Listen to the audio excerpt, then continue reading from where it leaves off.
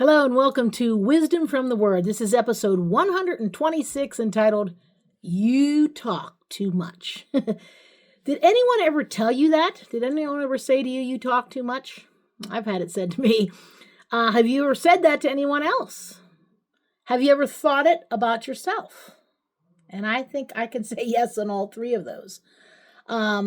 It's estimated that the average amount of words spoken every day is somewhere between 13,000 and 16,000. Obviously, quieter, shyer people are going to talk less. Talkative people would talk more than, but that's the average. And they suggest that on the average, women talk more than men.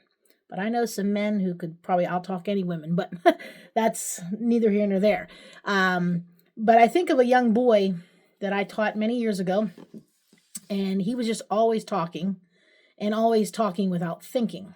And one day I said to him, Jesse, if you thought before you spoke, you probably wouldn't speak all day long. Now, I was kind of joking, but it was just the point that a lot of what he said didn't need to be said.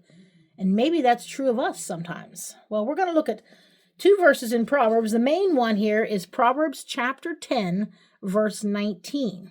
And it says, in the multitude of words there wanteth not sin, but he that refraineth his lips is wise.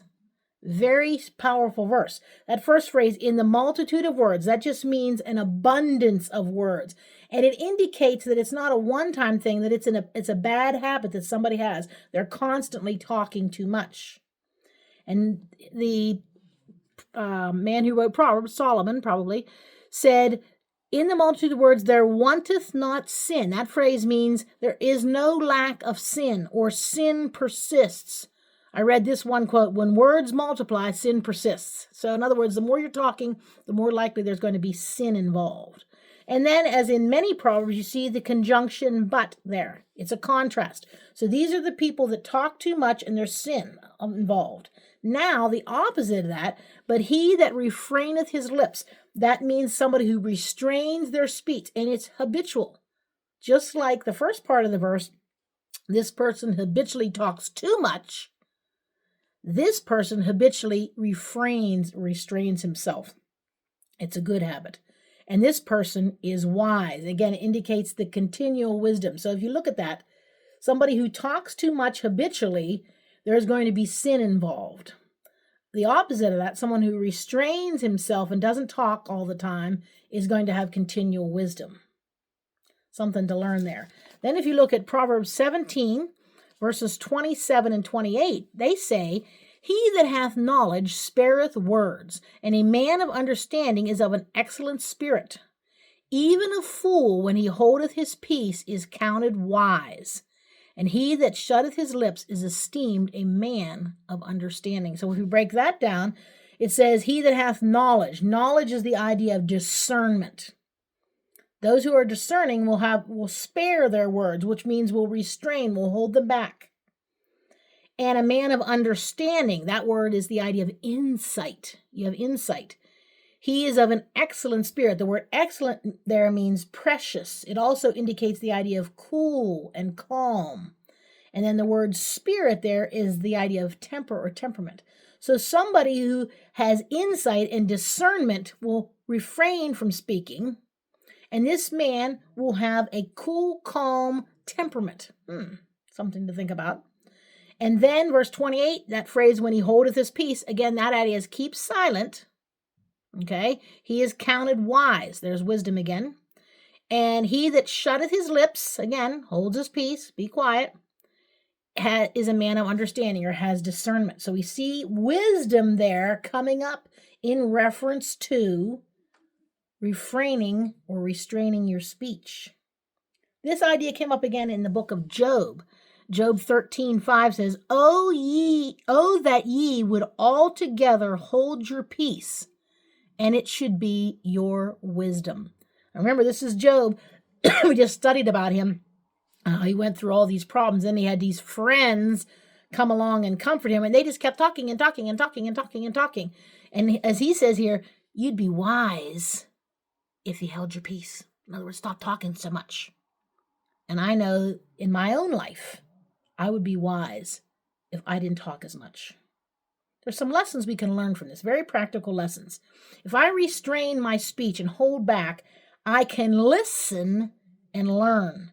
James 1:19 says, let every man be swift to hear, in other words, quick to listen, and slow to speak. When we're yakking, we're not learning. Okay? Do we monopolize conversations? Now, I know that you may have friends that you're more talkative than. I'm not saying there's anything wrong with that. But do you find yourself monopolizing situations? When you're in a Sunday school class, are you always the one that blurts out the answer first, or do you let somebody else speak first? We should, because we can listen and we can learn. And you know the saying, God gave us 2 ears and 1 mouth, so we should listen twice as much as we speak. I think that's pretty true. Secondly, we can avoid saying things that we shouldn't. If I'm restraining my speech, I'm less likely to say things that I shouldn't say. And then number 3, I can avoid conflict. I'm not saying totally, but a lot of times what happens when we're speaking? Pride gets involved. And what does Proverbs 13:10 say? Only by pride cometh contention. So when we're proud and we think we've got to talk and say everything we want to say, then there can be conflict. So think about it with your kids, whether they're little kids or they're grown adults. Maybe you should listen more. Maybe you should talk less. What about with your spouse? What about with your coworkers? What about your fellow church members? What about other family members? Are you known for monopolizing the conversation?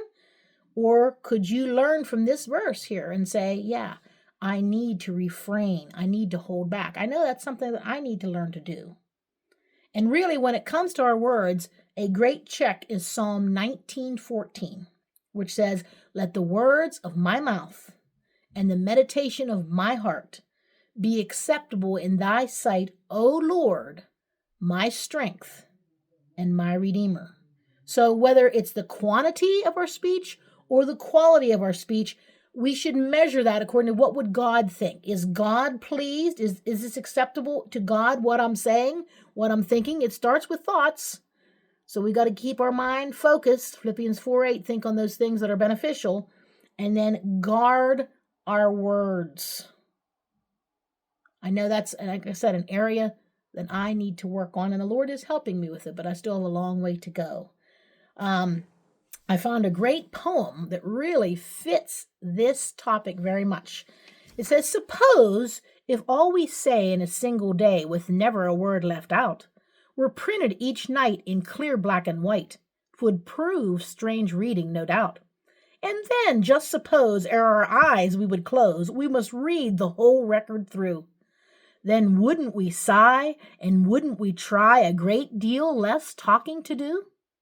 And I more than half think that many a kink would be smoother in life's tangled thread, if half that we say in a single day were left forever unsaid. So let's strive to be wise and discerning and talk less, instead of being someone that we could say, you talk too much. God bless you. I'll see you next time.